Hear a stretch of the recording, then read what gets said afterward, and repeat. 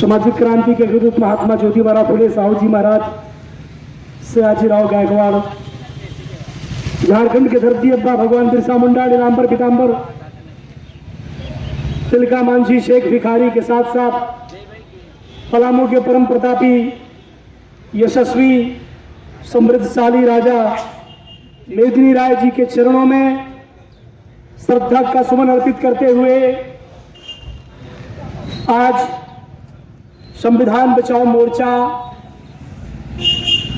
के बैनर तले लगातार 12वें दिन आयोजित अनिश्चितकालीन धरना की अध्यक्षता कर रहे आदरणीय राम लखन सिंह चेरो साहब,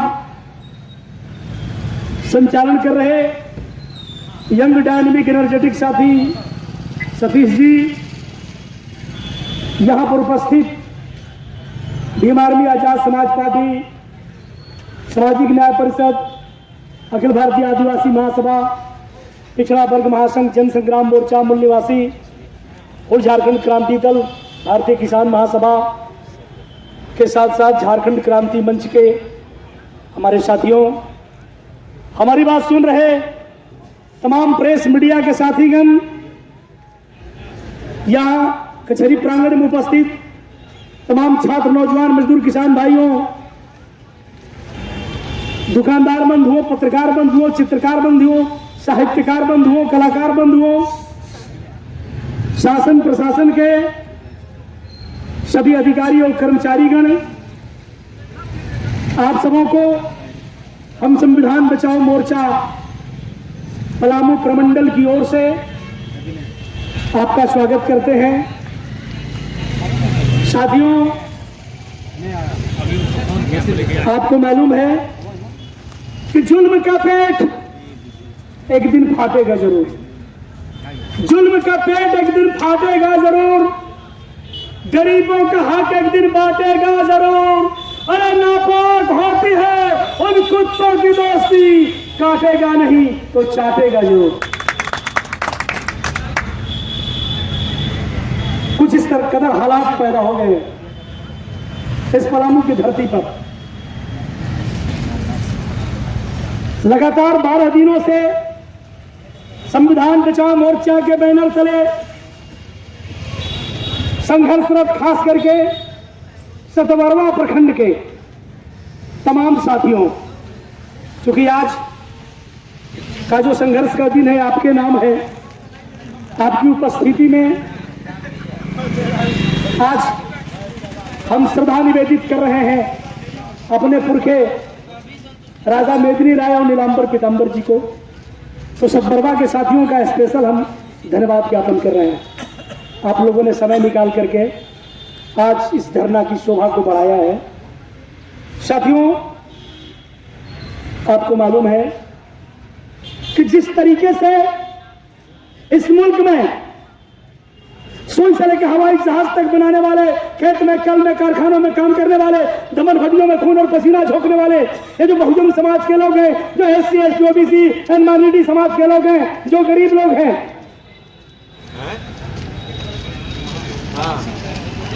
अपने वोट के माध्यम से हम सरकार बनाने का काम करते हैं कि नहीं? अकॉर्डिंग टू इंडियन कॉन्स्टिट्यूशन लगभग 5 तरह की सरकार बनती है इस देश में। गांव की सरकार ग्राम पंचायत है, आप देखते हैं। प्रखंड में चले जाइए, पंचायत समिति के प्रमुख वहां चुने जाते हैं। आप शहरी क्षेत्र में चले जाइए तो यहां पर म्युनिसिपल कॉर्पोरेशन कहीं है, कहीं नगर पालिका है कि नहीं?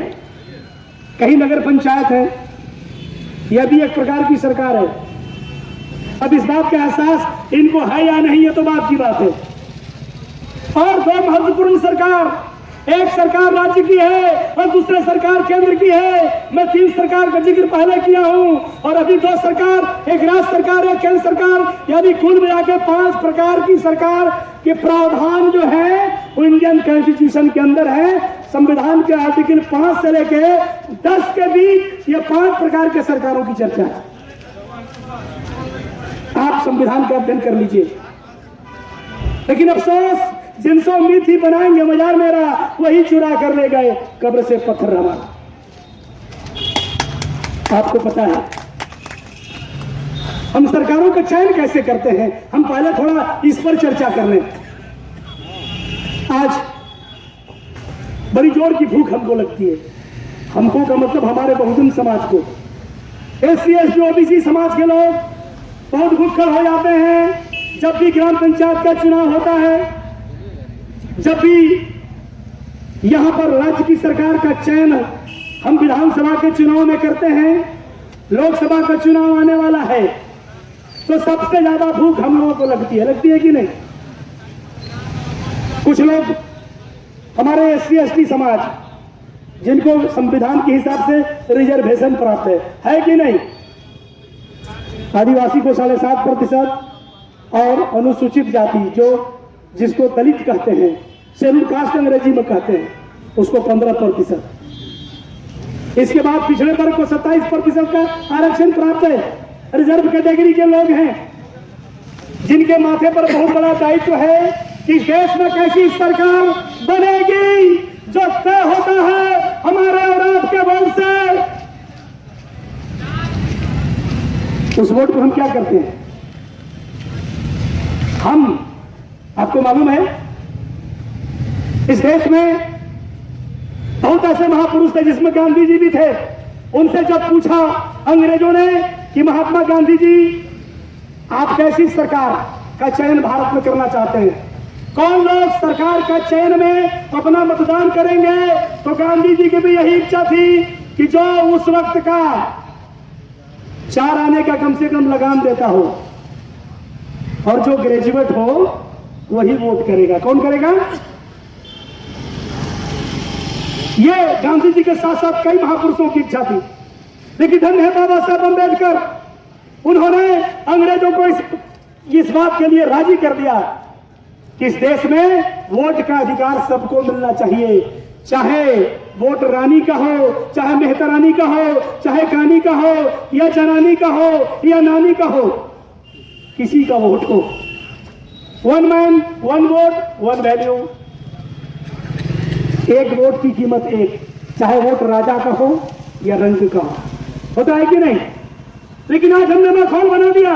आज सबसे ज्यादा एससी एसटी ओबीसी समाज के लोग अब गांव में चले जाइए, उनसे पूछिए कि आप किसको वोट करेंगे।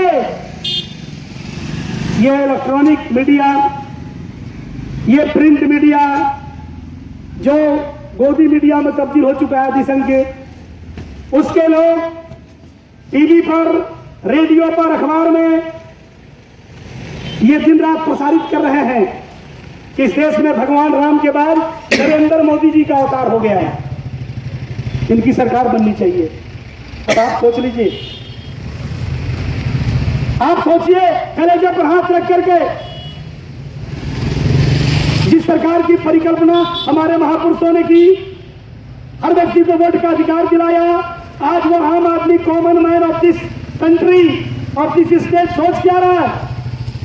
नरेंद्र मोदी जैसे लोग जो कारपोरेट घराने के एजेंट हैं, जो अडानी और अंबानी का खुला चौकीदार है, जो उनके पक्ष में नीतियों का निर्माण करता है। आपको बता दें कई लाख करोड़ रुपए राइट ऑफ कर दिया बैंकों में बड़े बड़े पूंजीपतियों का। आज वो पूंजीपति उतना बेचैन नहीं है जितना 5 केजी चावल पर भांगड़ा डांस हमारे लोग कर रहे हैं, शौचालय की बात कर रहे हैं, कह रहे हैं नरेंद्र मोदी बेहतर है। आपको नहीं पता है, ये वही नरेंद्र मोदी है जो इस देश में ऐसी सरकार का निर्माण करना चाहता है जो सरकार रेल, भेल, सेल, तेल, तमाम पब्लिक सेक्टर में जितने भी इकाइयां पड़ती हैं सबको बेचने का काम नरेंद्र मोदी ने किया, पूरे देश को बेचने का काम किया। आप कलेजे पर हाथ रखो मेरे भाइयों, भारत माता की विकृत तस्वीर बना दी नरेंद्र मोदी ने। भारत माता की नाक अगर कॉर्पोरेट इस देश का नाक है और नाक अगर 10 फीट लंबी हो जाए और शरीर का बाकी अंग, आपका पैर सूख करके लकड़ी हो जाए, हाथ सूख करके लकड़ी हो जाए, शरीर सूख करके लकड़ी हो जाए और नाक 10 फीट लंबी हो जाए, तो भारत माता की तस्वीर बड़ी खूबसूरत होगी। होगी कि नहीं? आप नहीं बोल रहे हैं? होगी ना? नहीं होगी ना? राइट, गुरुजी बोल रहे हैं कि नहीं होगी। इस देश का कलंक नरेंद्र मोदी यही चाहता है कि इस देश में जो है इतल मितल जिंदल अडानी और अंबानी या बड़े बड़े कॉर्पोरेट घराने, इस देश के बड़े बड़े पूंजीपति, आर्थिक औद्योगिक जगत के लोग इतने मजबूत हो जाएं। ना को चने चबाने पड़ गए थे देश के 600 देशी रियासतों को भारत में विलय कराने में आदरणीय सरदार वल्लभ भाई पटेल जी को, पंडित नेहरू को, लेकिन इस देश का कलंक प्रधानमंत्री नरेंद्र मोदी फिर से चाहता है अडानी और अंबानी जैसे जागीरदारों के हाथ में पूरे देश की धन संपदा को सौंप देना। और वापस नरेंद्र मोदी जब ये कहता है कि भारत के संविधान पर कोई खतरा नहीं, विपक्ष तो इसको बेवजह मुद्दा बना रहा है, तब आपको भी लगता है कि शत्रुघ्न कुमार शत्रु तो बेकार में बकबक किए जा रहा है, मोदी से बढ़िया कोई नहीं, यही आप सोचते हैं ना? ठीक है, यह नरेंद्र मोदी क्या पूरे संघ परिवार के लोग इस देश की सारे संसाधनों को कॉर्पोरेट घराने और बड़े लोगों को सौंपने के लिए तैयार है। और जब बड़े लोगों की सरकार बन जाएगी तो आप कैसे जिंदा रहेंगे? 5 केजी चावल। आप बताइए, our prime minister is trying to develop India as a $5 trillion economy.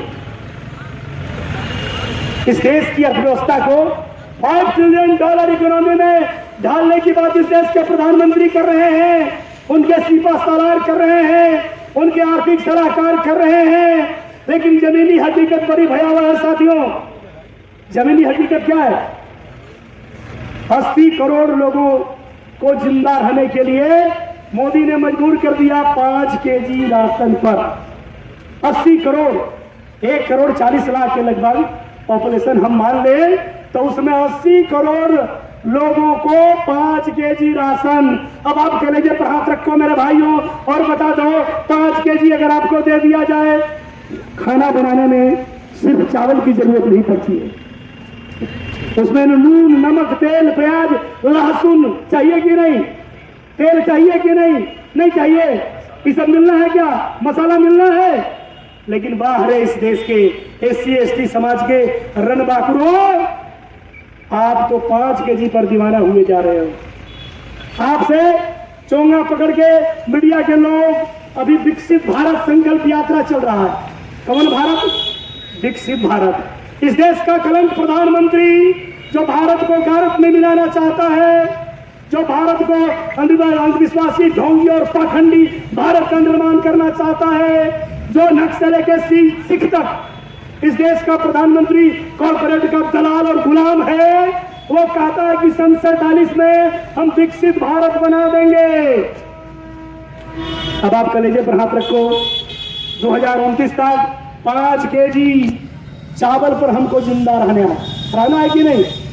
अखबार में आप पढ़े होंगे कि मोदी सरकार ने तय कर दिया कि 2029 तक 5 केजी चावल जिंदाबाद रहेगा। यानी 29 तक आपकी दशा और दिशा में परिवर्तन नहीं होना है क्या? अब आप रिजर्व कैटेगरी के हो। अरे मेरे भाइयों, जब सार्वजनिक उपक्रम में चलने वाले प्रतिष्ठान रहेंगे ही नहीं, जब रेलवे बिक जाएगा, जब भेल सेल बिक जाएगा, तब ये जो रिजर्वेशन है, आपका बेटा मंगरा बुधना शुक्रा शनिचरा MA BA PhD करके मारा फिरता है कि नहीं? लोग कहते हैं कि अरे यार तोहनी तो हरिजन आदिवासी है, तोहनी के तो पकड़ के नौकरी दिया जाता है, कहते हैं कि नहीं? ऐसा है क्या? सही में है ऐसा? नहीं है। अरे जहां हमको नौकरी मिलना था उन संस्थानों को मोदी ने बेच दिया, अडानी और अंबानी के जिम्मे कर दिया। आज नरेंद्र मोदी के लोग या खुद नरेंद्र मोदी जब इस बात को हमारा प्रधानमंत्री बोलता है कि हमारी इच्छा है कि चप्पल पहनने वाला व्यक्ति हवाई जहाज से चलेगा, हम पूछना चाहते हैं, यहाँ बहुत से लोग चप्पल पहनने वाले ही बैठे हुए हैं, इसमें कितने लोग हवाई जहाज में सफर किए हैं मोदी के कार्यकाल में? किए हैं क्या? कोई हाथ उठाइए ना, हमको भी पता चले कि आप लोग हवाई जहाज में चढ़ चुके हैं मोदी के कार्यकाल में। चढ़े हैं? नहीं चढ़े हैं? आज स्थिति क्या है कि सच बात कहे तो कोई पति आता नहीं है। यही देख के कबीरदास माथा पकड़ के बैठ के रोने लगे थे। उन्होंने कहा कि घटनी को बरनी कहे और ठोस वस्तु को खोवा और रंगी को नारंगी कहे। यही देखकर कबीरा रोआ। कबीरदास बेचारे रोने लगे थे। अब बढ़नी माताएं बहनें प्रतिदिन झाड़ू लगाती हैं। अब तो पुरुष प्रधान मानसिकता भी झाड़ू के लिए तैयार है। अंडरस्टैंडिंग नहीं बनेगी तो घर से निकाल दिए जाएंगे। तो आपको पता है कि घर में जब आप झाड़ू लगाते हैं तो लगाते लगाते झाड़ू क्या होगा, घटेगा कि बढ़ेगा? घट जाता है। तो उसका ओरिजिनल नाम क्या होना चाहिए? घटनी कि बढ़नी? क्या नाम होना चाहिए? जोर से बोलिए ना, लोग सुनेंगे। उसका नाम घटनी होना चाहिए, लेकिन लोग क्या कहते हैं उसका नाम बढ़नी। क्या वो बढ़नी है? घटनी है ना। यानी आंख के अंधे नाम में अनसुख, नाम में अनसुख है लेकिन आंख के तो अंधे हैं। समझ रहे हैं कि नहीं? और ठोस वस्तु को खोआ। आपको पता है कि दूध उतारने के बाद उसमें कुछ पाते हैं कि नहीं, कि खो देते हैं। लेकिन दुनिया वाले क्या उसको कहते हैं? खोआ, खो दिया। अरे भाई उसको पाया। कोई कहता है पाया? पूरे दुनिया वाले क्या कहते हैं? खोया, खोआ, खो दिया। अरे कुछ पाया ना, लेकिन खोआ। और रंगी को नारंगी कहे। बाजार में चले जाइए, फल वाले से पूछिए कि भैया हमको रंगी चाहिए। ढूंढते ढूंढते मर जाइएगा, रंगी नाम का फल नहीं मिलेगा। मिलेगा क्या? कहिए कि नारंगी चाहिए, मैंने इसका अर्थ होता है कि नारंगी बिना रंग वाला फल चाहिए, तो तुरंत मिलेगा कि नहीं? क्या वो नारंगी है कि रंगी है? असल में है रंगी, लेकिन दुनिया वालों ने क्या नाम रख दिया? नारंगी। हाँ, तो यहां नरेंद्र मोदी जैसे लोग सत्ता में बैठ करके और ख्वाब दिखा रहे हैं, झूठा स्वप्न दिखा रहे हैं। और सिर्फ वही नहीं है, राज्य की हुकूमत में बैठे हुए लोग भी उसी तरह का हमको ख्वाब दिखाने का काम कर रहे हैं। आपको मालूम है, हम SC/ST संवर्ग से आने वाले लोग हैं। राज्य की सरकार जो बजट लाती है उसमें शेड्यूल कास्ट सब प्लान का स्पेशल प्रावधान होता है, और उसमें ST सब प्लान का स्पेशल प्रावधान होता है। कहने का मतलब यह है कि अनुसूचित जनजातियों के डेवलपमेंट के लिए सरकार स्पेशल बजट तैयार करती है कि नहीं? कहेगा तो जो दलित समाज के नौजवान बाहर बेकार मारे घूम रहे हैं, उनके लिए वो जो धंधा लगाओ, रोजगार लगाओ, उनको नौकरी दो, उनके गांव तक सड़क, बिजली, पानी, शिक्षा, चिकित्सा, सिंचाई की व्यवस्था होनी चाहिए कि नहीं? इसी तरह का सब प्लान शेड्यूल कास्ट के लिए भी है। लेकिन चाहे सरकार हेमंत सोरेन की हो, चाहे सरकार पूर्व में रघुवर दास की रही हो, या पहली सरकार बाबूलाल मरांडी की रही हो, ये सारे लोग जितने भी मुख्यमंत्री रहे, इन्होंने क्या किया मालूम है? आपको नहीं पता है, इसलिए मैं जल्दी खत्म कर रहा हूं। इसलिए मैं आपको बता दूं कि हमारे SC/ST समाज के लोग, पढ़ा लिखा नौजवान बेकार दर की ठोकरें खा रहा है। अरे आप कलेजे पर हाथ रखो, हमको बताओ, SC/ST OBC के लोग अगर अनपढ़, गंवार, मूर्ख, शिक्षित है, वो कहा जाता है मालूम है? धन कटनी, गेहूं कटनी के सीजन में आरा, भोजपुर, बक्सर, सासाराम, आप चले जाइए रेलवे स्टेशन पर, आप चले जाइए बस अड्डों पर, वहां पर हमारी माताएं और बहनें ही नहीं, हमारे भाई भी बड़ी संख्या में बस और रेलवे ट्रेनों के इंतजार के लिए हजारों लाखों की संख्या में रेलवे स्टेशन पर, बस अड्डों पर नजर आते हैं कि नहीं? मैं गलत बोल रहा हूं? और उससे थोड़ा ऊपर बढ़िए, SC/ST OBC समाज के लोग, माइनॉरिटी समाज के लोग, अगर मैट्रिक है, IE और BA, MA, PhD है, तो ये बात मैं आधिकारिक रूप से कह रहा हूं।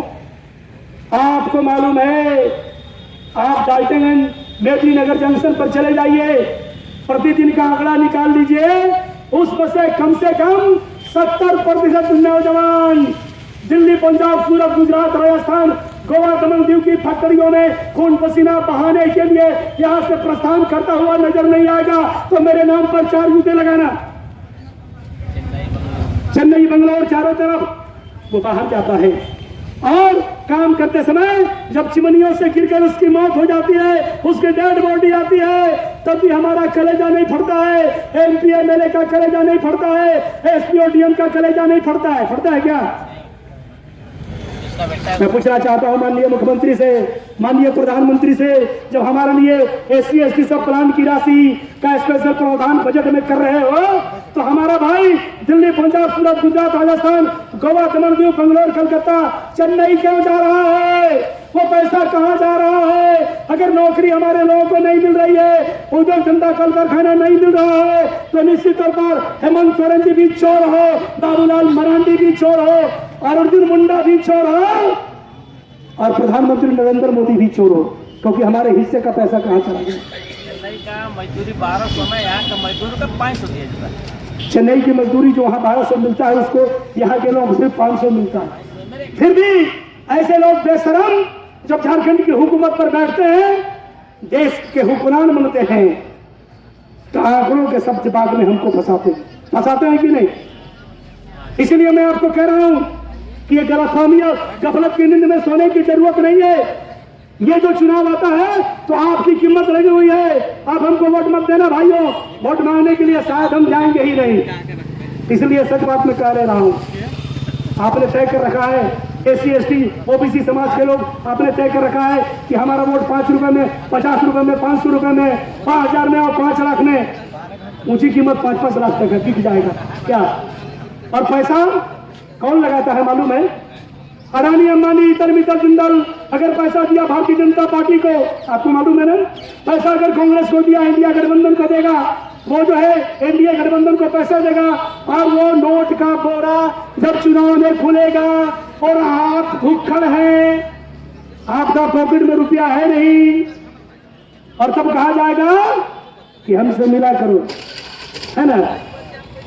हम यार हैं तुम्हारे, दिलदार हैं तुम्हारे। वो आपको पैसा देगा, खाना देगा, आप दीवाने हैं रोटी बोटी और घोटी। सर रोटी समझते हैं ना? चुनाव में भूख लग जाएगी आपको, उससे भी नहीं तो बोटी, कहीं मुर्गे की टांग की व्यवस्था करेंगे ये लोग, दोनों गठबंधन के लोग, कहीं पर सुअर का टांग आपको उपलब्ध करा दिया जाएगा, खाओ। और घोटी, हम तो भाई दलित आदिवासी हैं, महुआ महारानी की चाय नहीं है, हम दीवाने हैं, हमको दारू चाहिए, और ज्यादा पढ़ लिख गए तो अंगूर वाला चाहिए हमको। समझ रहे हैं कि नहीं? नतीजा क्या होता है? नतीजा होता है कि पैसे से हम अपना वोट बेचते हैं, और जब पैसा लेकर के कॉर्पोरेट का गुलाम, चाहे हेमंत सोरेन हो या फिर प्रधानमंत्री नरेंद्र मोदी हो, अगर यह हुकूमत में आएगा तो इस देश से गरीबी नहीं मिटाएगा, बल्कि हम जैसे गरीबों को मिटाएगा। मिटाएगा कि नहीं? अमीर और अमीर होता चला जाएगा और गरीब मिट्टी में मिल जाएगा। मिलेगा कि नहीं? इसलिए इस पलामू के दलित आदिवासियों को, पिछड़ों को संकल्प लेने की जरूरत है कि वोट बेटी बहन की इज्जत की तरह पवित्र है कि नहीं? कम से कम आप शपथ लीजिए कि अपना वोट हम नहीं बेचेंगे। अगर वोट बेचेंगे तो खरीदने वाला अडानी अंबानी का चौकीदार तैयार है, चाहे आप वोट से मानिए, नहीं तो ईवीएम तो तैयार ही है। इसलिए मैं कह रहा हूं आपको कि अगर हमारे महापुरुषों का अपमान हो रहा है, ऐसी सरकारें हमारे महापुरुषों का अपमान करती हैं, जो सरकारें हमको आपको झांसे में रख करके रोटी बोटी और घोटी का प्रलोभन देकर के हमसे वोट लेकर के जो सरकारें बनती हैं, वो सरकारों से आप और आपका बच्चों का भविष्य संवरना संभव नहीं है। एक लाइन में स्पष्ट है। इसलिए मैं कह रहा हूं कि जब भी चुनाव आए तो आदिवासी का गरीब बेटा जो ईमानदार है आपके बीच जब खड़ा होता है तो आप मत देखिए कि हम कोई पैसा दे रहा है कि नहीं, कि दारू पिला रहा है कि नहीं, बल्कि आप उसको वोट देने का काम कीजिए। आपके लिए कितना डेडिकेटेड और डिवोटेड है। अगर आप उसको मुखिया बनाएंगे, आप उसको प्रमुख बनाएंगे, जिला पार्षद बनाएंगे, एमपी और एमएलए बनाएंगे, आप उसके माध्यम से सरकार बनाएंगे, तो मरते दम तक आपका साथ देगा कि नहीं? अरे जब आप बेटी बहन की शादी करते हो तो अच्छा दूल्हा आप चुनते हैं और कहते हैं कि दूल्हे राजा। पर पार्टी क्या है? कुछ न कुछ दहेज देने की परंपरा है।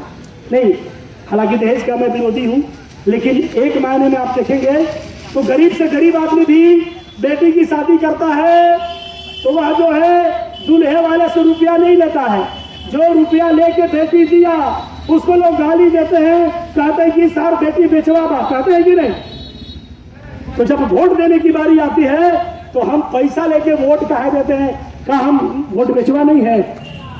और जब हम वोट बेचेंगे और उस वोट से वही एमपी एमएलए बनेगा, मुखिया सरपंच बनेगा, तो वो क्या करेगा, वो कहेगा कि चुप रहा, तो फ्री में नहीं खेल दे वोट हमारा, अगला फिर तोरा खरीद ले बाऊ, पैसे न चाहिए।